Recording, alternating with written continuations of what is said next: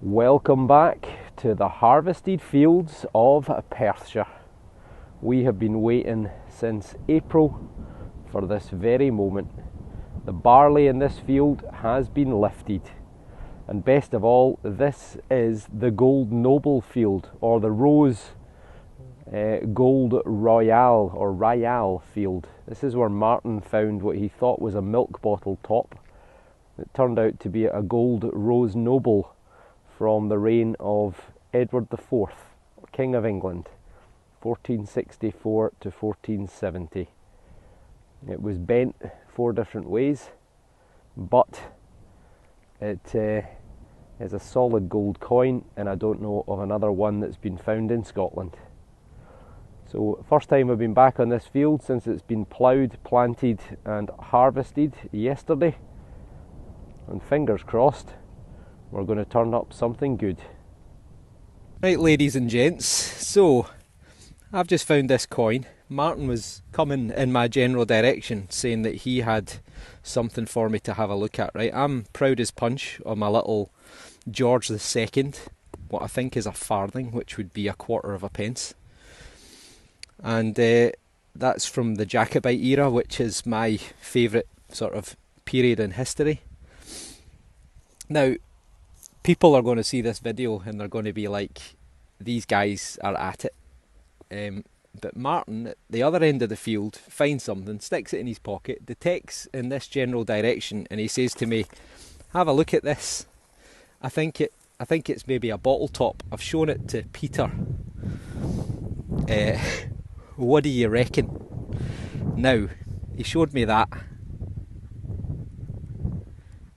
Now, I've actually got goosebumps at the moment holding it. And there's Marty looking pretty happy with his Scottish Detectorist hoodie on. Now, I'll tell you, because you can't see or you can't feel it because I'm holding it and you're not, but this is very heavy. As soon as he put it in my hand, I thought, that's not a bottle top because it's too heavy. Then I rolled it over and I can see a crown at the top and various bits of lettering around the edge. Now, what's throwing me is, see at the edge, it almost looks silvery rather than gold. But I'm going to stick my neck out and I'm going to say that I think Martin's just found a gold hammered coin. Now, there's one edge there, which you can see it's folded over, and there's the other edge here. You can see crowns, you can see letters around the outside edge. It's a big coin. That's going to come out to about my thumb. And I think that is a Gold Noble, which I think means it's English. And we're in Perthshire in Scotland. And I just found a 1/4 Gold Noble last week in South Gloucestershire. And I think Martin has just gone and found an English full Gold Noble in Scotland. I have literally not even walked 2 foot and I've got my first signal, which is right here. And it's coming through at a steady 92, and you'll also see 2 hands because I bought myself a little harness to try out for holding my camera. So fingers crossed it's going to give a pretty reasonable performance. I doubled up with a microphone. And let's see if this is a big gold hammered coin. Okay, so we are still in the hole right here somewhere. So by the power of hands free, I'm going to try and loosen this up a bit. Let's see if this is going to be our first attempt at hands free metal detecting. So turn it on would help. So we're definitely in the right area.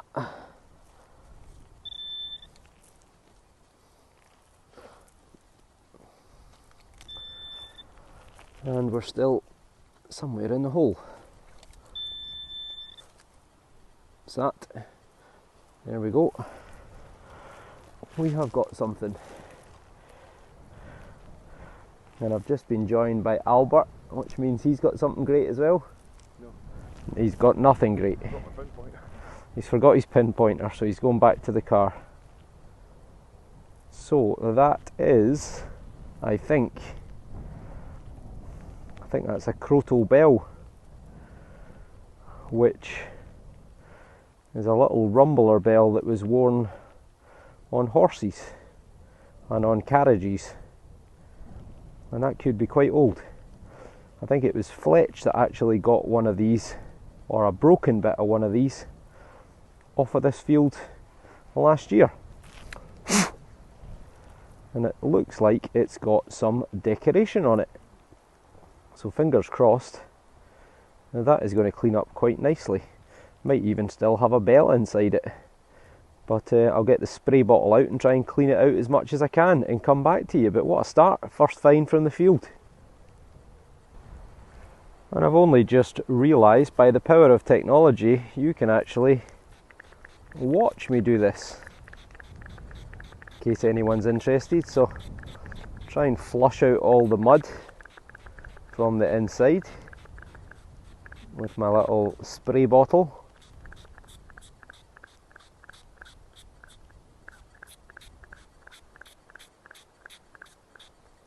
I think I've only had maybe 2 of these ever. Certainly whole ones, I think I've only ever had 2. I don't think I've ever had one that had a ringer still in it. I use a lot of water to get all this mud out.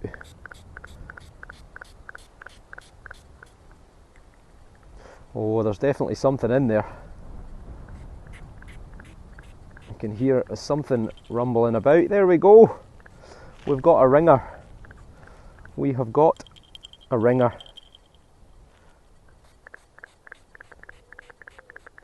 Right, let me finish this off camera and dry it out a little bit for you, and then we can have a closer look at it. It's another first, and it's another first with the XP Deus 2. Listen to this.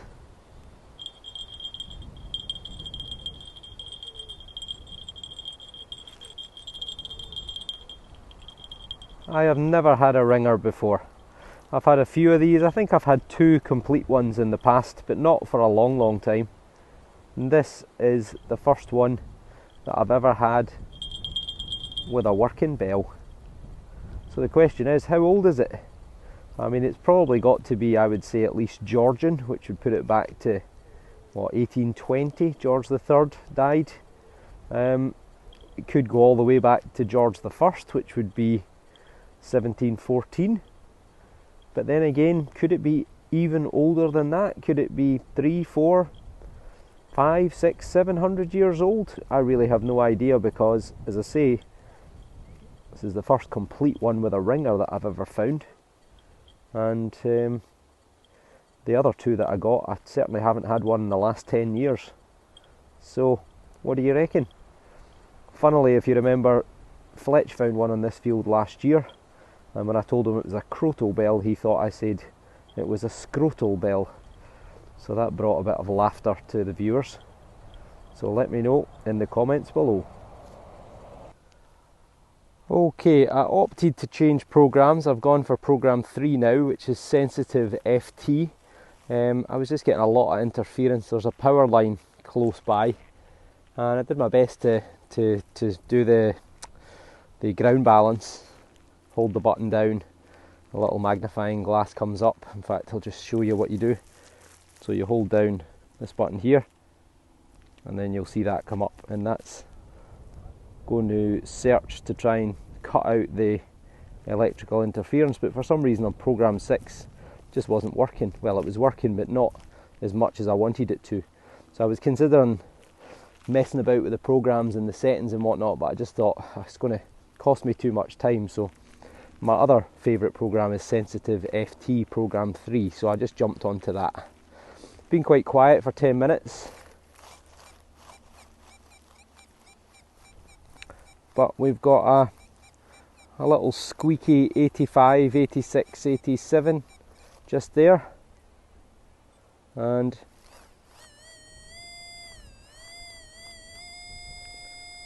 fairly small target, so let's give it a bash, see what we get. It popped out straight away, and it is the dreaded bottle top. It is still aid, and apparently it makes thirst a joy. So probably 1970s, 1980s bottle top for a juice or a soda. Oh well. I forgot to mention that Marty's also here, and he got a bit of a head start on us, but he's got 3 coins already. He's got a Victoria penny, Queen Victoria, from 1863.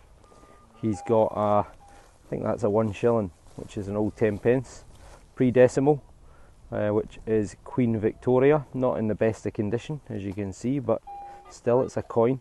And then lastly he's got his oldest coin, which is this one here, and this is a big penny of George III. And George III, on the back you can see Britannia, and George III ruled from 1760 to 1820. The madness of King George, the American Wars of Independence, and he obviously lost his mind. But 3 coins in relatively quick time, so that's a good start for Martin. This one was a bit of a faint one, a bit erratic. Coming through 88 to 90.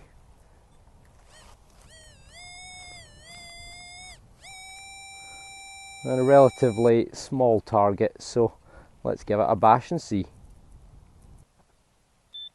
We're out the hole, probably 4 inches down, somewhere about here. Not got high hopes, to be honest. There is a thing. It is a thing. Not sure what that is. Oh, it's got a thread on it, so it's not particularly old, whatever it is.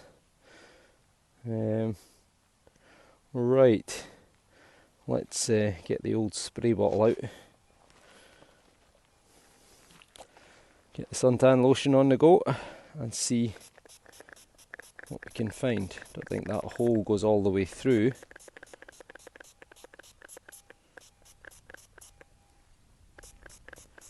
Nope. Oh, it's got a little hole in the centre, so I don't know, it's maybe some sort of injection, part of an injection system, fuel injection or something. Something that's squirting something through that tiny hole. Thread that on. Probably tractor related. Looks like it's got a bit of age to it. Could be from the early 1900s, but basically junk. And just a minute later, we've got an 89.90.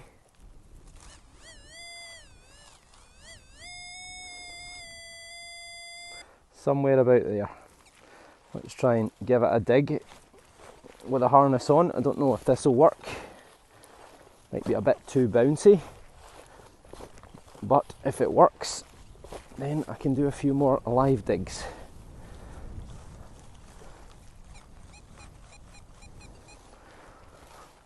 Still in there somewhere.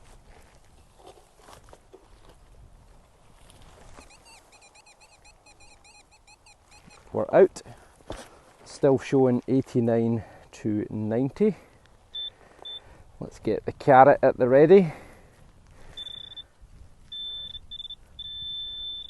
I can see something there which looks pretty circular to me. Now that is a coin. Let's have a closer look. I think it is a threepenny bit. A thruppence. It is. Let's get the water bottle on it and give it a wee spray. Why can I not get the lid off my water bottle? Ah, there we go. That was a struggle. Okay. And there we go.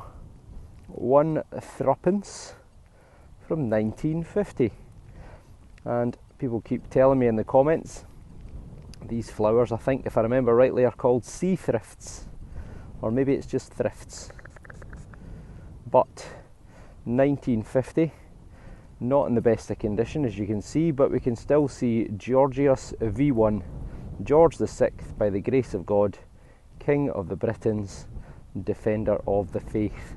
No Emperor of India. India gained its independence in 1947, 3 years earlier. And this coin from 1950, 5 years after the end of World War II and 2 years before George VI died. George VI was famous for the King's speech. He had a terrible stutter. If you've seen the film, Lionel Lokes, an Australian speech therapist who helped him with his language skills.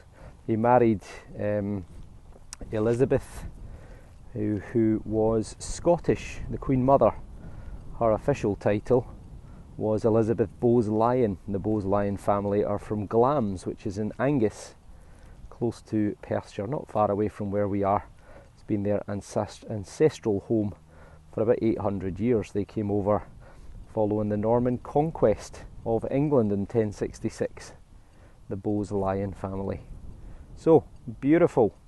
Always good to get a coin, and it's my first one. So, if we've missed that, I'm sure there's going to be more good things to be had. This one's quite faint. Well, it's not that bad actually. 64, 65, 66. Within the realms of gold coin territory.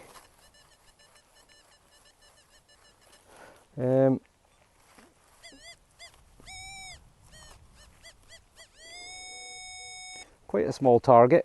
Let's try and do a wee live dig again. Might be a bit bouncy, but if it doesn't work out, I'll just edit the video down a little bit so you see before and after. The ground's pretty hard, pretty stony, so not the easiest to dig in.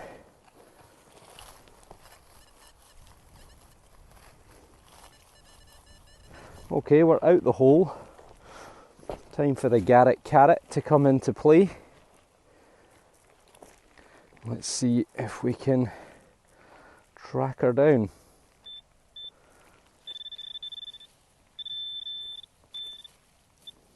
There's something round right there. Do you see that? Camera's more focused at my groin, but I think we've got a hammered coin. I think we've got a hammered coin. We have. We've got a hammered coin. You beauty. That there, do you see the face? Can't get the camera to focus. Come on, focus. There we go. Look at that. That, folks, is a hammered silver coin. You beauty. And on the other side, not a lot to be quite honest. Pretty bare, pretty barren. Let's get the spray bottle out, see if we can bring this to life a little bit.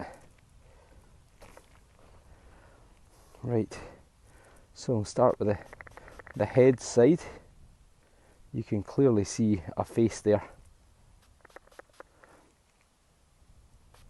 So there's a bit of detail. Hopefully the other side will come better with a wee bit of water.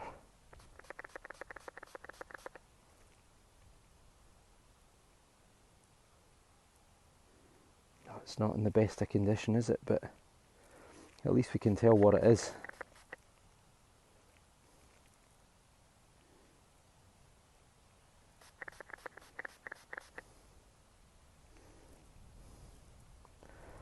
Right, let's get a closer look. Try and get you out the wind, try and get you in focus, and try and get to see what we've actually got. But you can clearly see there a face slap bang in the middle. You can see the chin at the bottom, the shoulders. You can make out a little bit of the crown and some of the hair at the side. And on the back, it's not in great condition. It's well worn. You can just make out a cross going up and down, a little bit of it going to the right hand side, and 3 dots here, 3 dots there. There would be 3 dots in each of the 4 quarters, and it looks like we've got a hammered silver penny. I'm guessing it's probably going to be one of the Edwards of England. It's normally the most common hammered silver coin that we find. Edward I ruled from around about 1250, 1260. He died in the very early 1300s or the very late 1200s. He was most famously known as Longshanks Edward I, King of England, because he had incredibly long legs. Your shanks were your leg or legs. And he was very tall for his age and for the time. He was then followed by Edward II and Edward III, and I think they basically ruled for about 100 years between the 3 of them. So 1250, 1260 through to 1350, 1360. So if that is one of the Edwards, which I suspect it is, then that means that that coin is going to be from that kind of era. That is tremendous. I can actually just make out a letter D just here. So that would probably say Edward. So brilliant, absolutely brilliant. This is the field that I had high hopes for, and it is looking good so far. Great. This signal came through at an 88, but it was so faint and it just didn't sound good at all. However, I think it could either be a coin or a button on its side, and now that it's come up to the surface, you see it right there, it sounds pretty good. So, coin or button? I'm going to go with a coin.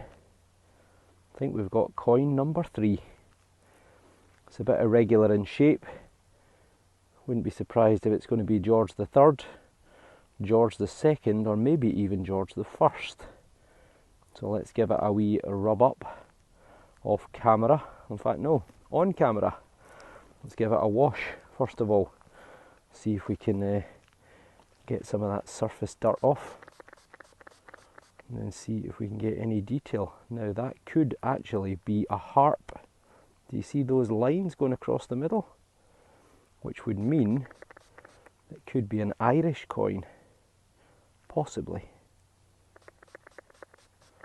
Or it could be a token of some description. I'll tell you what, I'm on fire today. And my trusty water bottle as well. That definitely looks like it could be a harp to me. Right, so we're giving it a wee rub. We'll give it a chance. Yeah, I can see possibly the outline of a head looking to the right hand side there. And pretty certain that's a harp. So we could have an Irish issue coin. Right, we'll give it a minute to dry out and then see if I can get the magic thumb on it, see what we can bring up to the surface. Another great find for the XP Deus 2. Now, it's very difficult to see, but there is a bust on this side facing to the right hand side, and on the reverse it's a bit clearer to see. You've got a harp, and above the harp you've got a crown up here. You can probably just make that out, and you can also make out the letters I and A, and that's because around the top it would have said Hibernia, and Hibernia is the old Latin name for Ireland. I think it was given by the Romans back in the 1st century. The historian Tacitus, I think it was, who wrote the book about his father-in-law Agricola, who was emperor of Britannia, the province of Britannia, for quite a while. He also defeated the Scots at the Battle of Mons Graupius, which is every Scottish metal detectorist's holy grail to discover. Still unknown where that battle took place. So it's a penny or a halfpenny. It's an Irish issue, which is why the harp is there, from Ireland. Hibernia probably dates to sometime between 1760 and 1820, because I believe it is George III who is on the other side. I was able to see someone facing to the right hand side, but the coin's drying out now and I've lost the detail, but there was definitely a head facing to the right. So, nice coin. Don't get many Irish issues. I think I've had one, maybe two in the last year or so. So beautiful, over the moon with that. Things are going very well in this field. I've done what I always do when I get a decent find. So that's where the Irish penny or halfpenny came from. And I've spiralled out from the find spot, so I'm about 8 metres away roughly.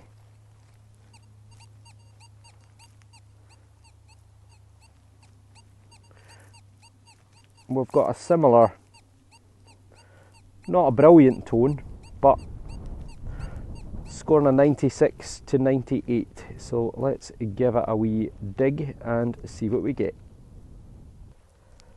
We're down 7 inches, still in there somewhere.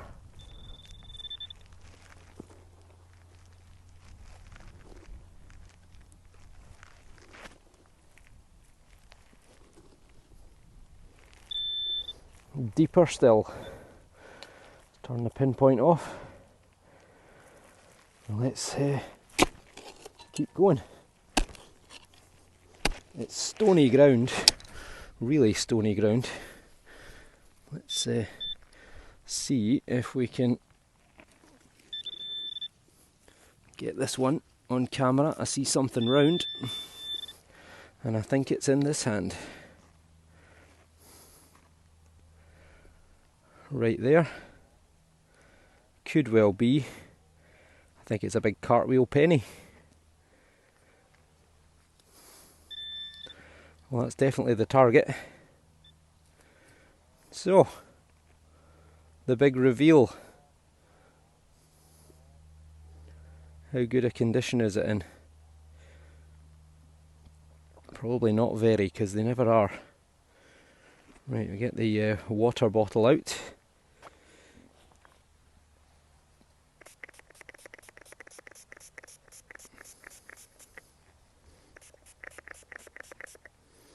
And see what we can reveal. Well, I think we've got a head right there in the centre.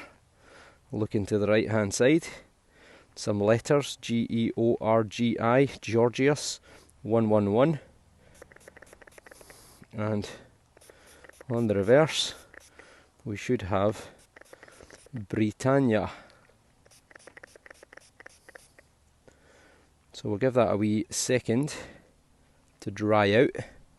Give it a wee rub with the magic thumb, and I'll be right back to you. As is often the case, the reverse is shot to pieces, but this side not too bad. We can see quite clearly the letters Georgius 111 DG Rex, George III, by the grace of God, King. And this is yet again George III, the madness of King George. Lost the American colonies, no taxation without representation, and the Boston Tea Party. So these coins are called Cartwheel pennies. They were minted using a new steam engine.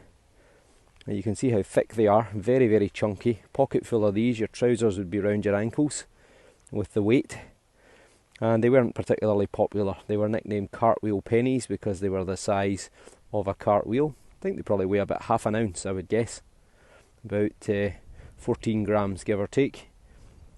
And they all carry the date 1797. I think they were manufactured between 1797 and 1799. Give or take, many millions of them were made, but it's a coin and it's a nice one, and it's an old one, over 200 years old, so I am very happy with that. Marty is laughing at my harness. I look like that wee guy from the Goonies, you know, who's got all the who's got the camera and the punching, the boxing glove and stuff attached. So this is a recap, Marty's coins. Marty's too young to know what the Goonies were. So the 3 on the left you've already seen, and this is his newest. He's got himself a George V. George V, who was grandson of Queen Victoria and was grandfather of the present Queen. So it's a halfpenny, 1920, so a couple of years after the end of the First World War. And George V was murdered, was euthanised by his own doctor, so that his death could be announced in the morning papers instead of the evening edition, which was more fitting to royal family. Problem was, the doctor didn't ask the royal family's permission first, he just did it. And it only came out later when his private diaries were published, decades later. So, it's another coin for Marty, and considering we've done this field to death after Martin found a gold coin last year, you can see that's 4 for Martin, coin-wise, and a 4 for me as well, so I'm sure there's some other beauties to be had. Okay, joined by Medieval Marty. Maybe he'll do the hard work for me, but I've got a signal here.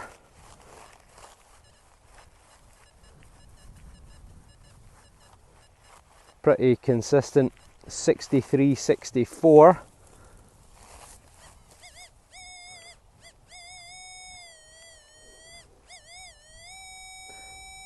Right there, and it's a small target. And Marty reckons could be a coin for the readout, 63-64. I think it could be in the realms of a hammered coin. Let's see Marty flexing those muscles of his. Is it out? I think so. No, I think you dug in the wrong place.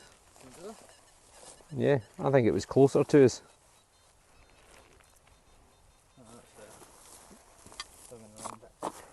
Shocking. You just can't get the staff these days. Nope. The other day we were coming out first time, first hole, not anymore. Oh, we're out this time. Doesn't sound quite so good though. Let's get the carrot out. Oh, he's got the carrot out.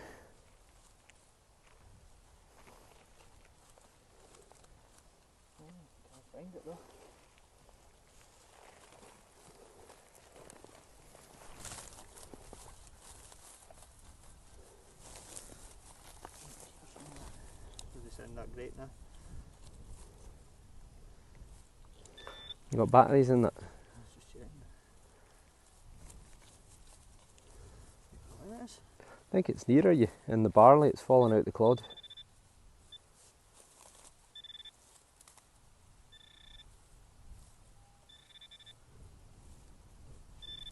There you go. It's a button. Ah, it's a button. It's a 4-holed button. It's got writing on it though. I'll try and give it a wee rub up, see if we can read what it says. But no hammered coin. It does have writing round it.